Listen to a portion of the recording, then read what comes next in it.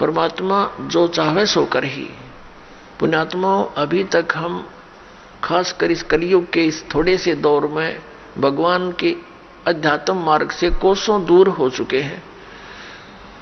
यदि कोई भगवान की लीला सुनाता है, हमें अटपटी सी लगती है, हम उसको स्वीकार करने को तैयार नहीं होते।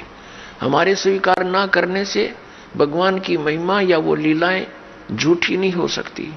जैसे जब हम छोटे छोटे थे उस समय क्या देखा करते थे, ऐसे तगड़े तगड़े बूढ़े बुजुर्ग, और उनके विषय में बताया करते थे ये 5 मन 40 किलो का 1 मन होता है, यानी 200 किलोग्राम वजन को सिर पे रखकर, और लकड़ी की सीढ़ियां, खड़ी सीढ़ियां होती थी, खड़ी लकड़ की, एक तो पौड़ी होती है ऐसे, जो वो खड़ी पौड़ी होती थी, और छत पर मिट्टी डालते होते थे, कच्ची मिट्टी छत देते थे नए मकान में।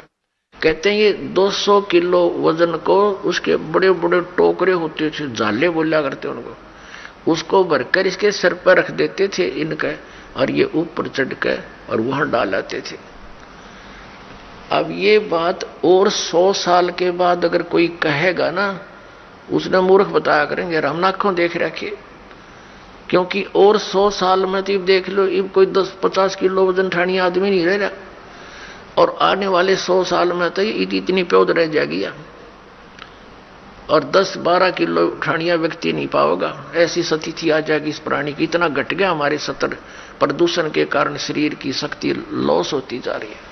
और इससे और पीछे जाए तो और तगड़े तगड़े व्यक्ति थे, भीमर की कथा हम सुने तो को ना सिर गले उतरती, और वो सच्ची थी सारी। ये तो ही एक बल के आधार से, एक आध्यात्मिक बल अलग होता है। अगस्त ऋषि जी ने 7 समुद्रों को एक ही घूंट में ऐसे चुलू उठाई थी और ऐसे पी लिया था, खाली हो गया था ये बिल्कुल। इसमें ये मगरमच्छ तड़पते दिखाई दे थे, और फिर प्रार्थना की गई, हे ऋषि जी ये तो सब बुरा हाल हो जाएगा, यहाँ का बैलेंस बिगड़ जाएगा, आप भी नहीं रहोगे क्योंकि पृथ्वी पर वर्षा का अभाव हो जाएगा, सब प्राणी मर जाएंगे। तो फिर उसने कहते उल्टा ही कुरला कर दिया, ये पूरे भर गए। तो ये कोई बड़ी बात नहीं है, और आप इस पे भी नहीं विश्वास कर पाओगे तो अध्यात्म मार्ग में नहीं चल सकते। इन कलियुगी ऋषि, नकली गुरुओं ने, महर्षियों ने जो हमें भगवान की इन कथाओं से दूर कर दिया कि ये झूठी है, ऐसा नहीं हो सकता, द्रौपदी की साड़ी नहीं बढ़ सकती, ये इस तरह की बकवाद गढ़ दी, जबकि ये सारी सच्चाई है। परमात्मा जो चाहे वैसा कर दे, उसके एक वचन में सारे ब्रह्मांड उत्पन्न हो गए, तो वो क्या नहीं कर सकता। तो अध्यात्म मार्ग में पुण्यात्माओं अविश्वास नहीं चलता, और पहले हमारे पूर्वजों को अविश्वास नहीं था, और उस अविश्वास का और ब्लाइंड फेथ था उनका भगवान में और उन गुरुओं में, तो उन्होंने दुरुपयोग किया नकली ऋषि, महर्षि, गुरुओं ने, ये वर्तमान के कलयुग क्या ने, कि उनके ब्लाइंड फेथ को, कि जो गुरुजी बोल रहे हैं वो सारी सच्ची होती है, हमने ब्लाइंड फेथ किया, और जो मार्ग उन्होंने बता दिया हमने ये सोचकर ग्रहण किया कि ये हमारे सदग्रंथों से ही पढ़कर सुनकर वहीं से इन्होंने ज्ञान दिया। तो इन्होंने सब मिसगाइड कर दिया, वो सब दंत कथा सुना दी, और भक्ति विधि शास्त्र अनुकूल ना रहने से हमें प्रभु परमात्मा से मिलने वाली सहायता बंद होगी। तो अब हम ये सोचते हैं कि ऐसा कभी हो ही नहीं रहा, हम सब कुछ कर रहे हैं। अब आप इस मार्ग पर लगोगे, जो दास आपको मंत्र देगा, आप सत भक्ति करोगे सच्ची नियत, फिर देखना आपके क्या होगा, फिर आपको विश्वास होने लग जाएगा कि परमात्मा सब कुछ कर सकता है। आपको देखो, जैसी आपकी श्रद्धा और भक्ति बढ़ती चली जाएगी, उतना ही मालिक आपके निकट आओगा, और परमात्मा की पावर से तो कुछ भी हो सकता है। अब जैसे एक जैक होता है, जैक इतना को सब सारा लोहे का जुगाड़ सा, जिसने उसके फंक्शन का ना पता हो, और कोई ये कहे कि ये जैक 250-300 क्विंटल यानी 3-4 टन के ट्रक को इंक्लूडिंग उसके वजन, उसके वेट के, और वो इतना ऊंचा ठा दे 1 फुट, तो कैसे दच्चा, किसी व्यक्ति का दच्चा या जिसने उसका फंक्शन का ना पता हो, और उसने लगा के देखो 2-4 पे घुमा दे, इतना ऊंचा ठा दे सारे के सारे ने, चाहे बजरी का भरा हो सारा वो ट्रक, और ऊपर ठा दे वो। तो ऐसे परमात्मा की वो वर्ड पावर है, यानी उसकी शब्द शक्ति है। वो सारे ब्रह्मांडों को उठा के छोड़ दिया और उस शब्द शक्ति से चल रहे हैं, घूम रहे हैं, अपनी अपनी क्रिया कर रहे हैं। वो जैक है परमात्मा का, ये समझो। तो इस मार्ग में आप जी को अब पुनः ब्लाइंड फेथ करना पड़ेगा, लेकिन ब्लाइंड फेथ करने से पहले आपने इस मार्ग को जैसे दूध का जला हुआ फूंक मारता है लस्सी को, ऐसे ग्रहण करना। आंखें बंद करके ग्रहण नहीं करना, लेकिन इसको ग्रहण करके फिर आंखें बंद कर लेना। कहने का भाव यह है कि फिर अग्रम अग्रम ना करना, यू नाम लेने पीछे। इस दीक्षा लेने से पहले आप खूब ट्राई करो और खूब परीक्षण करो, सब जो दास बताता उसका प्रमाण देखो, और फिर आंखें बंद करके उपदेश ले लो, और फिर आंखें ही बंद रखना, यानी ब्लाइंड फेथ करना, पूर्ण विश्वास करना दास के एक एक शब्द पर। फिर आपकी भक्ति चलेगी। अब तो आप आते हो दूध के जले हुए, और फिर यहां फूंक मारते हो लस्सी को भी, कोई बात नहीं, कुछ दिन के अंदर आपको अपने आप डिफरेंशिएट का पता लग जाएगा। और खूब ट्राई करो पहले, फिर बाद में अगन बगन करोगे तो भगवान का लाभ मिलना बंद हो जाएगा। दीक्षा लेने के बाद यदि आप दास के वचनों में अविश्वास करते हो, आपका नाम नहीं रहेगा। कह कबीर सुनो भी साधो, मैं तो हूं विश्वास में। अब उस परम पिता परमेश्वर परम पूज्य कबीर जी, जो एक जुलाहा जाति में, एक झोपड़ी में रहने वाला, एक धोती लंगोटी में रहने वाला, और उसको भगवान मानना बालकों का खेल है, लेकिन वो परमात्मा है और थे और रहेंगे, क्योंकि हम समझ नहीं सके। अब उसको कोई परमात्मा मान सकता है? जब दास ने प्रारंभ में कहना शुरू किया तो लोग मजाक किया करते थे कि देख यो भी दानक हो गया। अरे भले हुए कृति, हम तो लेट हो गए दानक होने में, हमने तो पहले होना चाहिए था जब पता लग जाता था। कहने का भाव ये था कि दानक का अर्थ है कबीर पंथी। उस कबीर पंथ परमात्मा परमेश्वर के द्वारा दिए हुए वे ऑफ वर्शिप पे, उस रास्ते पर चलने वाले तो हमने पहले बन जाना चाहिए था। हमारे दादे परदादों ने बन जाना चाहिए था। वह भूत बने फिरे नकली संतों और पंथों, इन गुरुओं के शास्त्र विरुद्ध ज्ञान को सुन सुनकर अरीब उनके श्राद्ध निकलवावे, वह भूत बने फिरे आप खावें, क्योंकि तुम्हारे पिताजी स्वर्ग में दुखी हो रहे हैं। अरे स्वर्ग की तो हो गया जहां दुखी हो रहे हैं, नो का नरक में डलवा दिए उल्टी साधना करवा के, और फिर आप पेट भरें और श्राद्ध के तुम्हारे पिताजी खावें। वाह भाई वाह। तो कहने का भाव ये पुण्यात्माओं, शास्त्र विरुद्ध साधना करने से हम बहुत हानि उठा चुके हैं। उस दानक जुलाहे कबीर जी को और भगवान मानना, ये भी एक 8वां जुबा के 10वां जुबा समझ लियो, लेकिन वो भगवान है ही।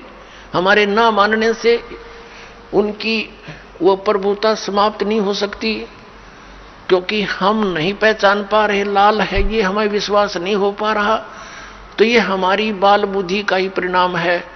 लाल तो इतनी ही कीमत रखता है, वो लाल है, वो पूर्ण परमात्मा है, और वहां लीला करने के लिए सह शरीर आए थे, सह शरीर चले गए थे, और पूरा ज्ञान उन्होंने हमें बताया आकर के, जो दास आपको बता रहा। तो प्रसंग चल रहा है, हम उसी पर आते हैं। तो इसी प्रकार जब आप जी दीक्षा ले लेते हो, उसके बाद फिर दास जो वचन बोलता है और आपके मन में अविश्वास उत्पन्न होता है, तो आप कमजोरी में आ चुके हो, क्योंकि आप कितने दिनों से भक्ति कर रहे होगे, जब से जन्म हुआ। पवित्र हिंदू धर्म में तो शायद कोई ही व्यक्ति ऐसा होगा नास्तिक जो भगवान नहीं कहता हो या उसको नहीं मानता हो। वैसे तो मुसलमान धर्म में भी भगवान अल्लाह वो सभी मानते हैं, ईसाई धर्म में भी मानते हैं, हिंदू धर्म में भी मानते हैं। और आप कितने दिन से ज्ञान सुनते आ रहे हो, और दास जो भी ज्ञान आपको सुना रहा है, उनके एक पॉइंट को क्लियर करने के लिए 3-3, 4-4 प्रमाण देता है। और पहले आपने जो अज्ञान सुन रखा था उसका कोई सिर पैर नहीं और आपको स्वीकार्य था। अब ये क्यों अग्रम अग्रम इतनी हो रही है आपके माइंड में? काल को ये चिंता बनी रहती है, कहीं ये इस मार्ग पर दृढ़ ना हो जा और इसका बेड़ा पार ना हो जा, तेरे हाथों से ना निकल जा। तो पुण्यात्माओं, उपदेश लेने से पहले दास ने बहुत सुविधा उपलब्ध कर रखी है। जिन दिनों में सत्संग होता सत्संग सुन करो। फिर परमात्मा ने दया बख्श रखी है एक पवित्र टीवी चैनल पर, उसने साधना के ऊपर शाम को 8 बजे सत्संग आता है, वहां सुनते रहो। कहने का भाव ये है कि आप जी पहले कति कंसेप्ट क्लियर करो, जब आओ यहां पर और नाम लेकर फिर जो सही दृढ़ होकर आते हैं उनको कुछ चंद ही दिनों में परमात्मा के वो चमत्कार शुरू हो जाएंगे। क्योंकि कनेक्शन ले लिया बिजली का, कनेक्शन लेते ही आपके पंखे चलेंगे, सब कुछ ठीक चलेगा। यदि कनेक्शन लूज हो गया, ना पंखा चलेगा ना कोई और सुविधा उस पावर से होगी। जो पावर सत्र का काम है तो पावर से ही होगा। तो इस प्रकार आपका अगर कनेक्शन लूज रह गया, यानी आपका नाम खंडित हो गया, तो मालिक की पावर आपके घर पर या आपकी बॉडी में काम नहीं करेगी। इसके लिए परमात्मा ने बताया है कि अनंत कोटि बाजी जहां अमन रचे सकल ब्रह्मांड ही, कहे कबीर मैं क्या करूं ये काल करे जीव खंड। कि मैं इतना समर्थ हूं। परमेश्वर कबीर जी कहते हैं अनंत कोट बाजी जहां मन रचे सकल ब्रह्मांड। और कबीर साहब कहते हैं, आदरणीय गरीबदास साहिब जी को कबीर साहब ने यह ज्ञान दिया था, ये वाणी गरीबदास साहिब जी की है कि कबीर साहब ये कहते हैं, गरीबदास जी उसका समर्थन कर रहे हैं कि कबीर साहब ये कहते हैं कि मैं क्या करूं, युग काल मेरे से जीवों को खंड कर लेता है, इनके नाम खंड करवा के फिर मेरी पावर वहां काम कर नहीं सकती, ये ऐसा कर देता है। तो आप इसे सावधान हो। दीक्षा लेने में देरी हो जावे कोई दिक्कत नहीं, लेकिन लेने के बाद फिर ये समझ लेना हमें भगवान मिल गया। और फिर गुरु जी को परमात्मा के तुल्य मानना पड़ेगा, तब आपकी प्रॉब्लम सोल्व होएगी। भले ही पुण्यात्मा गुरु भगवान नहीं है, ये दास क्योंकि मालिक आए थे वो तो भगवान थे ही, वो भी गुरु थे, हमने उनको भी भगवान नहीं माना। लेकिन इस दास को आपने भगवान मानकर ट्रीट करना पड़ेगा, तब आपको सफलता मिलेगी। जैसे गणित के अंदर एक प्रश्न आता है ब्याज का, ऋण का। उस ऋण के अंदर क्या होता है कि हमने मूल धन खोजना होता है, बच्चों ने मूल धन प्राप्त करना होता है, वो प्रश्न ऐसा होता है। तो उसके अंदर मानना पड़ता है, मान लीजिए मूल धन 100 रुपये, वो मूल धन 100 रुपये होता नहीं, वो तो करोड़ों की संख्या में होता है। लेकिन वो करोड़ों की संख्या की राशि वाला मूलधन हमें तभी उपलब्ध होगा जब हम 100 रुपये को मूलधन मान लेंगे। अब समझदार को संकेत बतेरा, भले ये दास भगवान नहीं है, लेकिन उस मूल धन को पाने के लिए, यानी मूल मालिक को पाने के लिए आपने गुरु जी को एज ए गॉड ट्रीट करना पड़ेगा। यूं समझ ले कि मेरे सामने आज वो परमात्मा आ जाते हैं। इस दास के स्थान पर परमात्मा स्वयं भी आए थे। आज से 600 वर्ष पहले 120 वर्ष तक हमारे डले खाकर चले गए, हमारी गालियां खाकर चले गए, जूते खाकर चले गए। क्योंकि जिस बाप का बेटा शराब पी रहा हो और पिता जाकर उसको कहता महफिल में बेटा आजा तू ना नाश करे, तो वो झगड़ा कर देता पिता के साथ, हाथापाई भी कर देता है, एक तरह मेरी बेइज्जती कर दी, क्योंकि होश में है नहीं, नशे में है। तो हमने यहाँ काल के इस झूठे रंग की भांग पी रखी है। कबीर ये माया अटपटी सब गट आण अड़ी, और किस किस न समझाऊं या कुआ भांग पड़ी। तो यहाँ हम सभी एक का कुएं का भांग पिए फिर रहे। वो परमात्मा आता है, हम उसके भी जूते मारते हैं, उसको बुरा कहते हैं, नकलियों का स्वीकार करें बैठे हैं जो आसपास भी नहीं भगवान कहिए। अब करने का दास का तात्पर्य है कि इस दास के स्थान पर ये सोच लो परमात्मा बैठे हैं और फिर हम कैसे व्यवहार करेंगे उस भगवान से जिसके लिए हम तड़प रहे हैं। ऋषियों ने शरीर गाल दिए भगवान पाने के लिए, यदि वो मिल जाए तो हम उसका कैसे व्यवहार करेंगे। तो ये आपने रिहर्सल करनी पड़ेगी। इस दास को डला समझ लो, एक पत्थर समझ लो बोलता हुआ, लेकिन यहां नो सोच लो हम भगवान से मिलने जा रहे हैं। तो जैसा व्यवहार आप यहां करोगे ऐसा ही स्वप्न में आपका बनेगा। मृत्यु के बाद आपको ऐसा होगा जैसे स्वप्न, और वहां भगवान दास के रूप में पहले आपकी परीक्षा लेगा, बाद में ऊपर सिलेक्ट करेगा, ले जाएगा सतलोक। तो वहां जैसी भावना, जैसा अच्छा या बुरे विचार आपके इस दास के प्रति होंगे, आपके मस्तिष्क पर लिखे आएंगे वहां पर, क्योंकि वहां कोई रोड ना चल रहा है। या तो हम 100 बात छुपा ले, आपके मस्तिष्क पर लिखे आएंगे। रिजेक्टेड और सिलेक्टेड कहने की जरूरत को नहीं, बस वहां तो न्यू करना भगवान ने, फिर रह जाओगे वहीं से। फिर ठीक है, आपने जो भक्ति की है, पहले तो यदि गुरुजी के प्रति आपकी आस्था एज ए गॉड नहीं है तो भक्ति आपकी बनाए को नहीं, भक्ति चलेगी ही नहीं। आप सब साधना करते भी दिखोगे, फिर नो कि हमें कोई लाभ नहीं हो रहा, तो आपके अंदर भक्ति अंकुर वो फूटा ही नहीं। तो पुण्यात्माओं, कहने का भाव यह है कि जैसे आपको दास बताना चाहता है कि उपदेश लेने के बाद फिर आपने इस दास को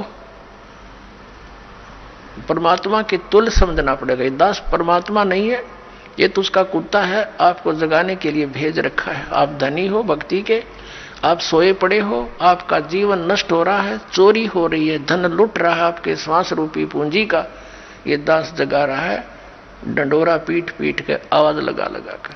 लेकिन आपके लिए परमात्मा का विधान है, गुरु गोविंद कर जानियो और रहियो शब्द समाए, मिले तो दंडवत बंदगी नहीं पल पल ध्यान लगावे, कि गुरु को भगवान मानकर चलना। और रहियो शब्द समाए, शब्द समाए रखना मतलब जो उसने मंत्र दिया है वो सत मंत्र सतनाम यानी सत भक्ति, उसमें लीन रहना, गुरु जी को भगवान मानना, और जो उपदेश मंत्र दिया है उसमें समाये रहना, उसकी भक्ति पर ज्यादा ध्यान रखना। और जब भी मिले मिले तो दंडवत बंदगी, जहां मिले वहां दंडवत प्रणाम करना, और नहीं मिल पाते हो जैसे घर पे तो पल पल ध्यान लगावे, यानी परमात्मा के गुणों को अपने गुरु जी के ऊपर लक्षित करे, और फिर आपका भाव बनेगा, एक प्यार जागेगा इस दास के प्रति जैसा इस काल के प्रति जाग्या था। और वो ही कसक आपकी इस दास के प्रति होगी, तभी हम वहां चलेंगे। जिस कसक के साथ हम वहां डटे नहीं डटे, तो ऐसा ही भाव। अब हम कैसे भावित होते हैं, जैसे एक हीरो या हीरोइन नकली बात बना के, एक तो उसने पढ़ा हुआ है फिर वो बोल रहा है, उसके एक दो डायलॉग पर हम आसक्त हो जाते हैं, वो हो बड़ा क्या बात कही, बड़ा सुंदर बोला, और यहाँ दास ने ऐसा पिटारा खोल दिया इन बोलों का वचनों का। तो इस आधार से भी आपने प्रभावित होना चाहिए। जब आपकी आत्मा निर्मल हो जाएगी, कमाल कर दिया गुरु जी ने, तो ऐसे निर्णय करके ज्ञान दे दिया। तो हमने ऐसे प्रभावित होना है और आसक्त होना है उस परम पिता पर इस दास के माध्यम से। ये रिहर्सल आपकी फिर ऊपर जाके काम आवेगी जो आप यहां करोगे।